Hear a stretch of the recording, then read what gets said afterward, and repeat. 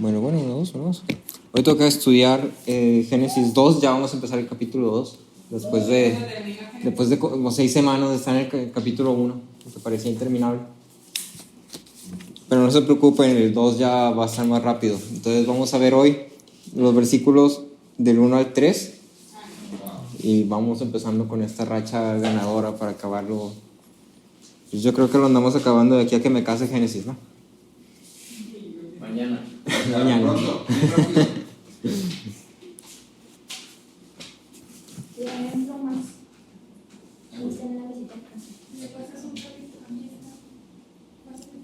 Entonces, haciendo como un repaso así cortito nada más de lo que vimos en Génesis 1. Génesis 1 es básicamente, te narra la historia de la creación o la obra de la creación en una vista macroscópica, o sea, no entra mucho detalle, no entra mucho en esto y aquello, sino que nada más te da así como un indicio de primer día pasó esto, segundo día pasó esto, tercer día pasó esto, cuarto día pasó esto.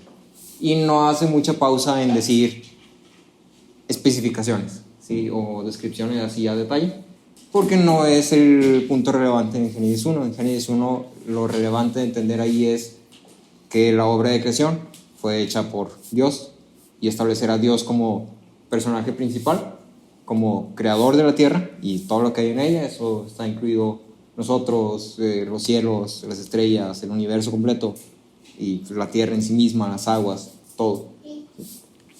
Y también ir poco a poco revelando el carácter de Dios como la persona que es, como el cómo hace la obra. ¿Sí? Cuando conectas esto con lo que hemos estudiado de Trinidad, específicamente con la parte de cómo Dios obra, las tres personas obran en la misma obra, puedes entender que esta parte de la obra es algo que aplica para todas las obras. ¿Sí? Entonces, en la obra de creación, lo que se refleja es así es como Dios hace las cosas. Por ejemplo, esto que vimos de Dios usa separaciones o distinciones para hacer su obra, también es algo que vemos con nosotros hoy en día. ¿Sí? Por eso dice que nos aparta, nos hace santos, nos hace distintos del resto. ¿Sí? Entonces es algo que aplica. Entonces, llevando como esa misma línea, Génesis 2 y 3 y 4 y así, va a seguir con esa misma línea de pensamiento. ¿Sí? Entonces, primero leemos y luego ya empezamos a estudiar. Dice: fueron pues acabados los cielos y la tierra, y todo el ejército de ellos. Y acabó Dios en el día séptimo la obra que hizo, y reposó el día séptimo de toda la obra que hizo. Y bendijo Dios al día séptimo, y lo santificó, porque en él reposó de toda la obra que había hecho en la creación. Entonces, el séptimo día de la creación es un día que está como separado o hay como cierto detalle o cierto enfoque especial que se le da al día séptimo en comparación con los otros 6 días. Algo que vas a notar es que la descripción del séptimo día no incluye la palabra de creación que hemos dicho. Si te regresas a Génesis 1, tú puedes encontrar: y Dios dijo, sea la luz. Y Dios dijo, sepárese. Y Dios dijo, haya. ¿Sí? O sea, siempre hay y Dios dijo, y Dios dijo. Y en el séptimo día no está. Otra cosa que vas a encontrar, o más bien que no vas a encontrar, es una descripción de tiempo como tarde o mañana. ¿Sí? No hay algo que diga, y fue la tarde y la mañana del séptimo día, como lo viene en el resto de los otros 6 días. Y otro, que es así como lo más específico, es que es el único día que está bendecido y santificado por Dios, que es lo que encuentras al final. ¿Sí? Dice: bendijo Dios el día séptimo y lo santificó. Y esto es algo que encuentras solamente en el séptimo día. Entonces, así de entrada, puedes ver como en una vista general que el séptimo día ya es distinto a los otros 6 días de una forma intencional. Estos 3 hechos nos llevan a una interpretación del principio del reposo que es establecido por Dios en este séptimo día. Dentro de esto también vamos a encontrar 2 verdades bíblicas que deberían permear nuestra vida como cristianos. Sí, y me gustaría también así hacer como un poquito de hincapié en la gramática que se usa, porque me pareció muy interesante y finalmente pues está ahí y es para que lo estudiamos, ¿no?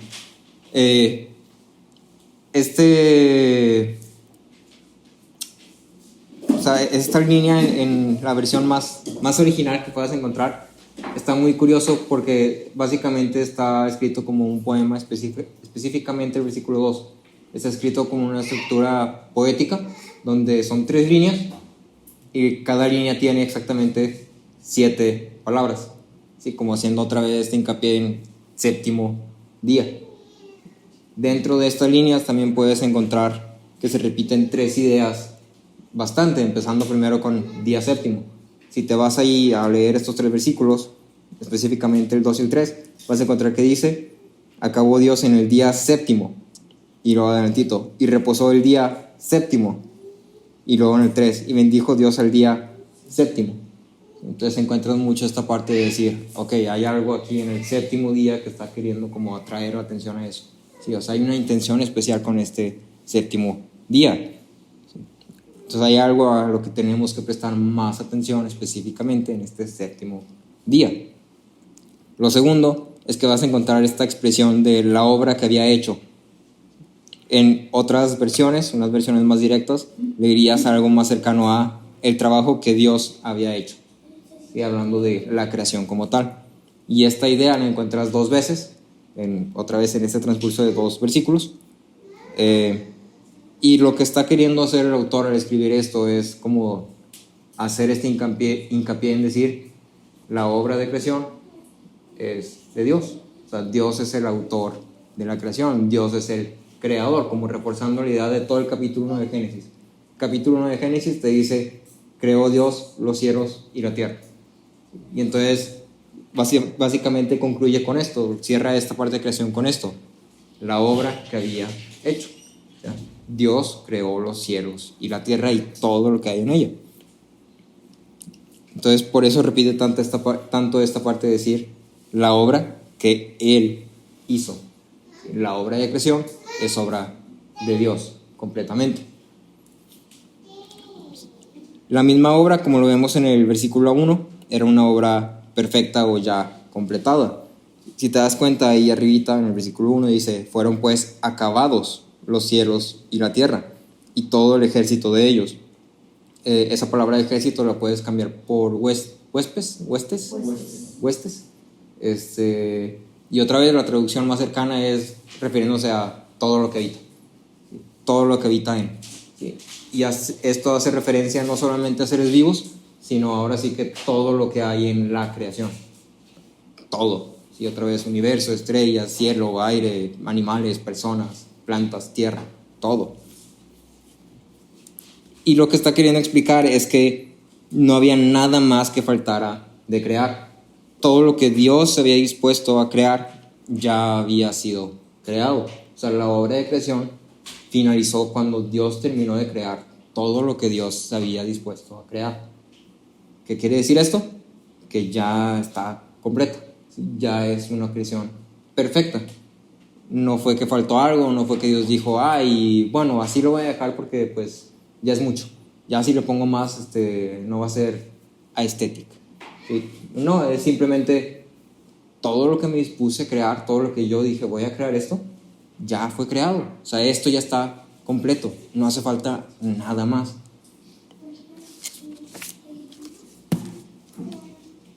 Esto a nosotros nos enseña que Dios comienza y perfecciona sus obras. Toma como ejemplo la obra de creación. Tú ves que Dios comenzó a crearla, comenzó ya con un propósito porque ya sabía qué es lo que iba a crear y cómo lo iba a crear. No había como una ahí, deja improviso y a y le iba a poner 2, se me acaban, déjale pongo 3. O, híjole, voy a tener que moverle aquí poquito porque no está funcionando. No. Desde un principio Dios ya sabía qué es lo que iba a hacer, cómo lo iba a hacer. Y la obra fue hecha de principio hasta fin de una forma perfecta, hasta que la obra en sí fuera completa. ¿Sí? Llegó a su finalización, o sea, ya no hay nada más que se requiera. Y esta misma parte de su carácter es algo que refleja en el transcurso de cualquier otra obra que podamos leer tú y yo en la Biblia e incluso vivir pues, en nuestras vidas. Algo que puedes relacionar con esto es, está como esta idea de decir, puedes conocer mucho de una persona si entras a su cuarto. Entonces, cómo lo tiene tirado, lo tiene súper recogido, lo tiene vacío, lo tiene todo ahí lleno de cosas, tiende la cama, no tiende la cama, tiene mucha luz, tiene poquita luz, la persiana la tiene abierta, la tiene cerrada. ¿Sí? Puedes ahora sí que conocer mucho a una persona simplemente por ver cómo tiene su cuarto. Si tomamos esto y ahora lo ponemos con el creador del mundo y vemos cómo se comporta en un trabajo que está haciendo, en la obra de creación, podemos entender también que Dios es alguien pues que hace las cosas de forma muy meticulosa. Es alguien que se dispone a hacer algo y lo hace de una forma que es perfecta, con un propósito ya definido. ¿Sí? No es algo como que esté improvisando, que esté diciendo, esto y esto, aquello. No, es algo que Él ya tiene planeado desde un principio. ¿Sí? La obra de Dios, que Dios comienza, Él también la perfecciona. Y esto para ti, para mí, es algo que vemos en el Nuevo Testamento, cuando Pablo dice que aquel que nos justificará, nos glorificará. ¿Sí? Toda la obra la comienza Dios, la termina Dios, hasta que sea perfecta. ¿Sí? Y una tercera cosa es, en esta misma estructura gramática podemos ver que dice, o que la idea que está como queriendo reflejar más bien es que la compleción de la obra resulta en descanso, o en otras versiones dice reposo. ¿Sí? Repito así nada más como para que me sigas el hilo. En la gramática, en la estructura gramática, vemos que hace primero hincapié en lo del séptimo día. Encuentras en cada línea séptimo día, día séptimo, séptimo día. Segundo, esa parte de la obra que Dios había hecho. Sí, la encuentras también bastante. Y tercero, encuentras que la compleción del trabajo o de la obra de Dios, o sea, cuando dice, y así fueron completados, o sea, fueron acabados los cielos y la tierra, esto resulta en descanso. Si te vas al versículo 3 dice, el versículo 2, acabó Dios en el día séptimo la obra que hizo. Y esto resulta en, y reposó. Entonces el día séptimo fue un día en el que Dios ya no tenía nada más que crear, ya había terminado de crear. Sin embargo, ahora sí que implementa un día extra, vamos a decirle, para descansar.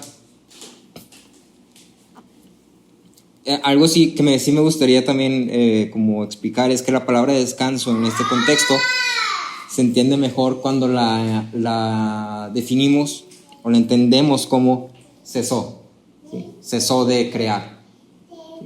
¿Por qué? Nada más porque luego descanso puede significar así como que ya acabé, déjame, estuvo pesadote. Y no, esa no es la idea que estamos queriendo encontrar. Si el descanso que aquí se refiere no es un descanso de ya me cansé de estar jalando, voy y me acuesto un rato, déjame echar una siesta de 20 minutos que acaban siendo 6 horas. No, esta parte de descanso simplemente cesó de crear. En el día séptimo Dios cesó su obra de creación porque ya había sido completado. Esto nos lleva ahora sí al ejemplo de Dios al hombre. Como se estableció en Génesis 1, el hombre continúa imitando el ejemplo de Dios. Primeramente, establece que el hombre iba a ejercer dominio sobre la creación. Ahora, el ejemplo que debe imitar es el de trabajo, descanso. Entonces, me voy a llevar así como tratando de llevarme en línea, pero está como medio revuelto. Y me gustaría empezar primero que nada conectando esto de reposo, descanso con lo que viene siendo el Antiguo Testamento, por así decirlo. La palabra de reposo o la palabra de descanso, si estudiaste un poquito ahí te habrás dado cuenta que la palabra que se usa es Sabbath, y seguramente esa palabra te suena pues, conocida a cierto grado. Y básicamente en la ley judía el Sabbath era el día que ellos utilizaban para descansar, donde no tenías que hacer nada. O sea, no podías trabajar, no podías hacer ningún tipo de asunto, pues, ¿qué te digo?, oficial, porque ese día estaba apartado, según la ley, para descansar. Y esto lo puedes encontrar en la ley de Moisés. Oh my God. Pero esto para ti y para mí también es importante, porque entendemos que la ley ya no es algo que aplique del todo a nosotros. Sin embargo, este principio, de descanso, de trabajo de descanso, es algo que vemos que está implementado desde Génesis. Entonces el hecho de que esté implementado en Génesis solamente es de ahí lo agarran para llevarlo a el Antiguo Testamento. Para ti y para mí, la ley a lo mejor no aplica. Sin embargo, como es un principio que está establecido en Génesis, sigue siendo algo que tú y yo debemos de buscar practicar, honrar, respetar. ¿A qué me refiero con esto? No me refiero a que cada 7 días debemos dejar de trabajar y ya no voy a hacer nada hoy porque hoy es el día del Señor. Descanso. Oh my God. Me voy a morir de calor. Más bien me refiero a que este principio debe ser aplicado en nuestras vidas. Primeramente se establece que el hombre ejerce dominio sobre la creación. Estamos hablando del ejemplo de Dios al hombre. Entonces primero se establece este ejemplo de que Dios da el ejemplo de ejercer dominio y establece al hombre como vicerregente sobre la creación. Entonces de la forma que Dios ejerce dominio, el hombre ejerce dominio. Este mismo principio continúa en el transcurso de Génesis. Ahora, en este ejemplo, Dios dice, voy a trabajar, termino mi trabajo, descanso. ¿Cómo es que esto aplica para ti y para mí? El descanso no está hablando de fatiga, estamos hablando de finalizar la obra. Y no quiere decir tampoco que Dios cuando finaliza la obra cesa completamente, de que se para y ya no hace nada. Entendemos que Dios es el que provee de vida a todas las cosas. Y sin Él, nada de lo que estuviera vivo estaría vivo. Su providencia es lo que mantiene la vida en la tierra. Al hablar de descansar, nos estamos refiriendo a que el trabajo fue completo y ahora solo procedía a la parte de administrar, ¿sí? O administración. Un ejemplo que ponían, un predicador que escuchaba era como por decir, el presidente. Sí, el presidente llega, le construyen su casa y todas las cosas y le dicen, mira, estos son los asuntos que tienes que tratar, estas son tus responsabilidades y así. Y ya finalmente termina su jornada mañanera de trabajo donde le dan informes y todo y ya por fin puede descansar. Pero resulta que el descanso no es como tal un descanso de me voy a sentar y no voy a hacer nada, sino que llega, se sienta en su silla presidencial y en su mesa presidencial y empieza a administrar sus responsabilidades, empieza a organizar, empieza a anotar, empieza a decir, ok, hay que hacer esto, hay que hacer aquello, falta hacer esto, hay que hacer aquello, hay que tomar cuidado de esto. Y este es más como una idea más exacta de lo que hace Dios cuando descansa. Cesa su trabajo de creación, porque ya lo terminó, pero ahora sigue con su trabajo de providencia. Sigue manteniendo la vida en la tierra, pues, de principio a fin.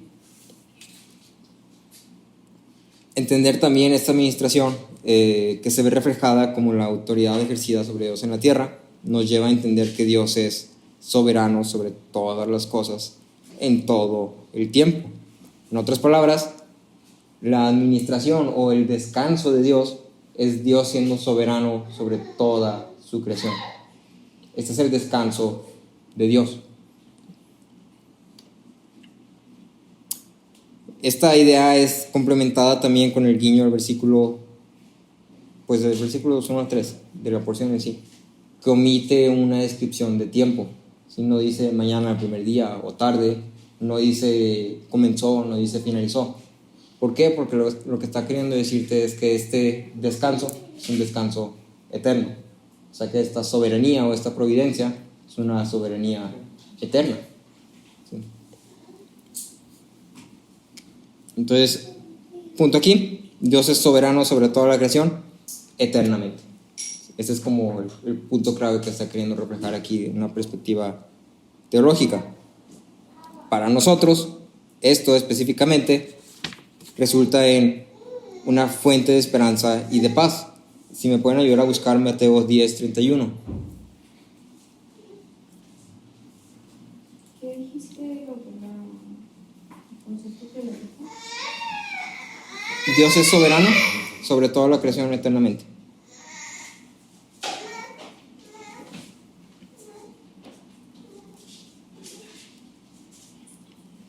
Si tienes Mateo, lo puedes leer, por favor. Así que no teman, ustedes valen más que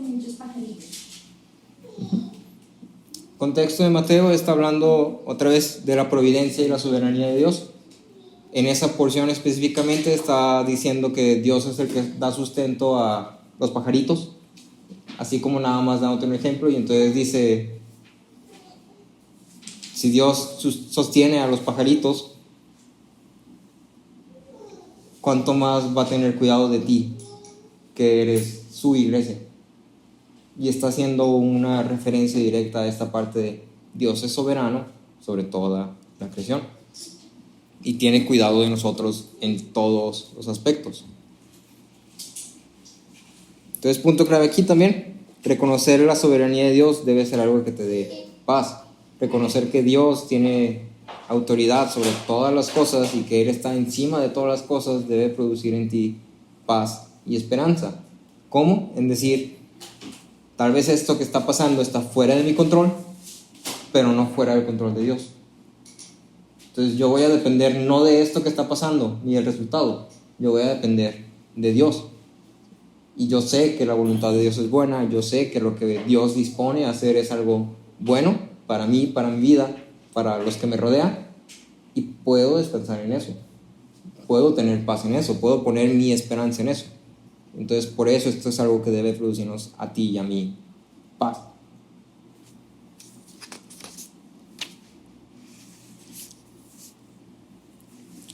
Trayendo también el descanso ejemplificado por Dios al hombre a una aplicación ya un poco más práctica, si lo quieres ver así, puedes encontrar dos puntos centrales.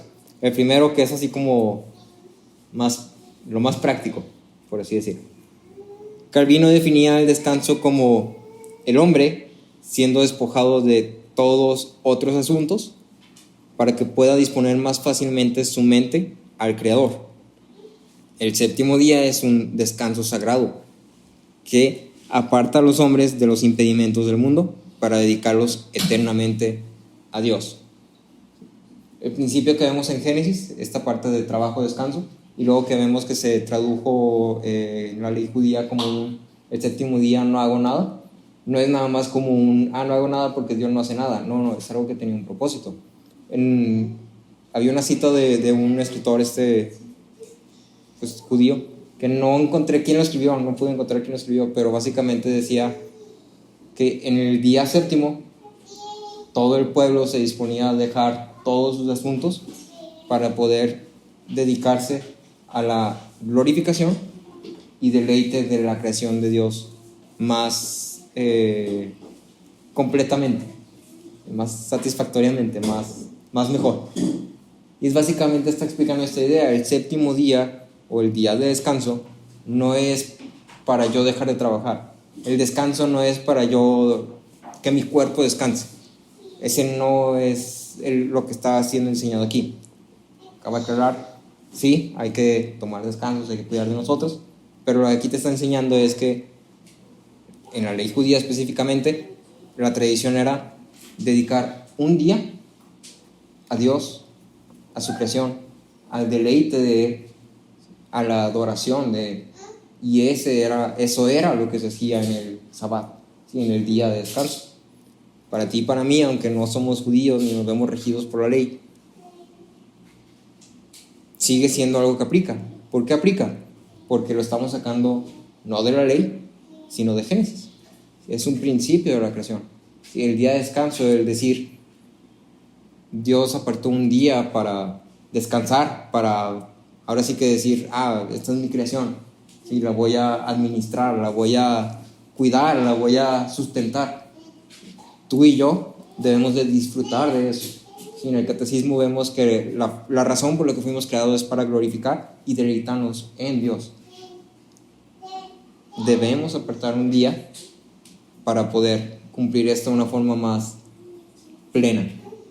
¿Por qué? Porque en nuestro día a día, claro, hay que apartar nuestro tiempo, hay que hacer nuestro devocional, hay que tener nuestros tiempos de oración, pero finalmente hay que también aprender voy a dejar todo lo que me está distrayendo, todo lo que me está quitando atención para poder dedicarme completamente al Creador, a glorificarlo a Él, a disfrutar de su creación, a disfrutar de la iglesia, porque también fuimos llamados a esto.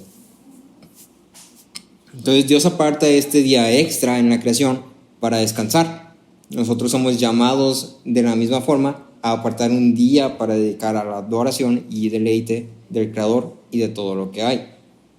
Dentro de esto hay 3 áreas donde podemos mantener el Sabbat, ¿sí?, en nuestras vidas. Lo primero, y es como la más práctica, más importante, que sí es algo que debemos de cuidar, es la adoración corporativa. Y aquí estamos hablando de reunión de iglesia. Literalmente lo que hacemos cada domingo, de reunirnos como iglesia, es dedicar ese día para disfrutar, deleitarnos y glorificar a Dios. Sería muy difícil, aunque sería algo bueno, pero sería muy difícil decir, vamos a estar en la iglesia todo el día, de mañana a noche. Que de hecho en las liturgias, la liturgia irlandesa, está muy interesante porque dicen que ahí literalmente eso hacen. Desde mañana pues llegan, es el culto, su liturgia normal de iglesia, de alabanzas, predicación, palabra, ofrendas, cena del Señor, bla, bla, bla. Y luego resulta que sacan unas mesas así grandotas. ¡Pah! Ponen la mesa así hasta allá. Se sientan todos a comer. Acaban todos de comer, se quedan ahí todos. Porque esa es la liturgia y eso es lo que están haciendo. Finalmente lo que ellos están buscando es desligarse de lo que hay en el mundo que lo está distrayendo, que está consumiendo su tiempo, su atención, para dedicarse completamente a Dios. ¿Cómo te dedicas completamente a Dios? A través de su iglesia. Y Dios ha provisto la iglesia para poder honrarlo a Él. Este principio es algo que tú y yo también estamos haciendo y es algo que debemos de cuidar. Por eso hacemos tanto hincapié en esta parte de no faltes a la iglesia. Y no es por decir, es que somos bien reales y si faltas te vas a morir, o no. Si no vienes a la iglesia esta semana no tienes la salvación puesta. Y aguas, porque luego si te mueres y no viniste esta semana, a ver cómo te va. No, ese no es el punto. El punto aquí es, hay un cuidado, hay un propósito. ¿Sí? También nosotros necesitamos esta parte de refrescarnos, de ahora sí que es un descanso espiritual para nosotros poder decir, voy a desligarme de todo esto que me está preocupando, que me está pesando en esta vida, en esta tierra, para poder deleitarme completamente en Dios, en su palabra, en su iglesia. Entonces esto es algo importante y es lo más práctico para mí, para ti y para mí, que podemos ver aquí. Lo segundo es tomarlo como un refrigerio para nuestra fe. Hablamos de perseverar, hablamos de esforzarnos y hablamos de resguardarnos. Cada uno como individuo, sí, pero también cada uno como parte del cuerpo. En Isaías 58:13, si me ayudan a leerlo, Isaías expresa esta idea de una forma un poco más clara. Y básicamente lo que te dice es, despreocúpate de ti mismo, o más bien, no te ocupes en ti mismo, ocúpate en los demás, ocúpate en quienes te rodean. Para ti, para mí, eso significa la iglesia. Si lo tienes, lo puedes leer. Dice, si por causa del día de reposo apartas tu pie para no hacer lo que te plazca en mi día santo, y llamas al día de reposo delicia, al día santo del Señor honorable, y lo honras, no siguiendo tus caminos, ni buscando tu placer, ni hablando de tus propios asuntos. Entonces ahora sí, diciendo así como honrarlo sin buscar lo tuyo, no buscando tu satisfacción, no buscando tus caminos. Y te está hablando de esta parte que finalmente pues es un día dedicado completamente a Dios, ¿sí? A su adoración, que para nosotros es un deleite. Entonces así como que gane, ¿no? Y por último, es una forma de dar testimonio del reposo por venir, que esto nos lleva a la segunda área o el segundo punto central del descanso, que es el descanso espiritual.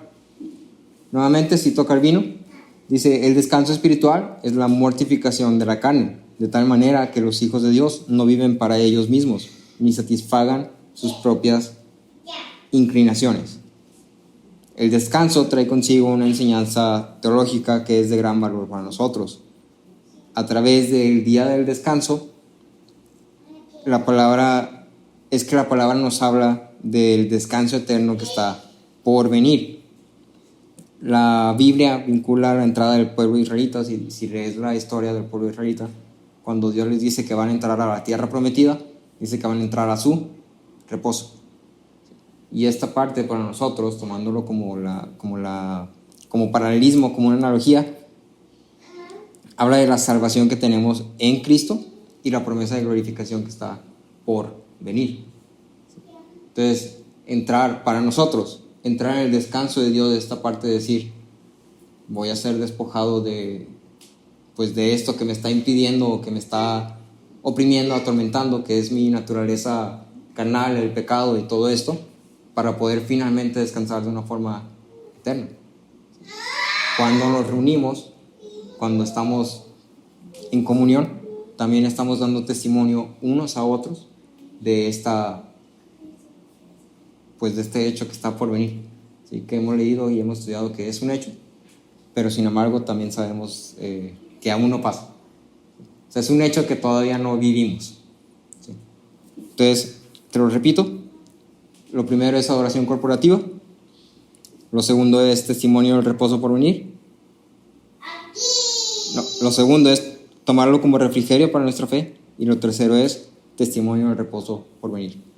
¿Sí? Entonces, esta porción de Génesis, básicamente lo que te está enseñando es que Dios establece este ejemplo de descanso, y a través de este ejemplo de descanso tú y yo podemos aprender, primero que nada, que Dios es soberano sobre toda la creación. Segundo que nada, que nos muestra y nos refleja la verdad de un descanso eterno que está por venir.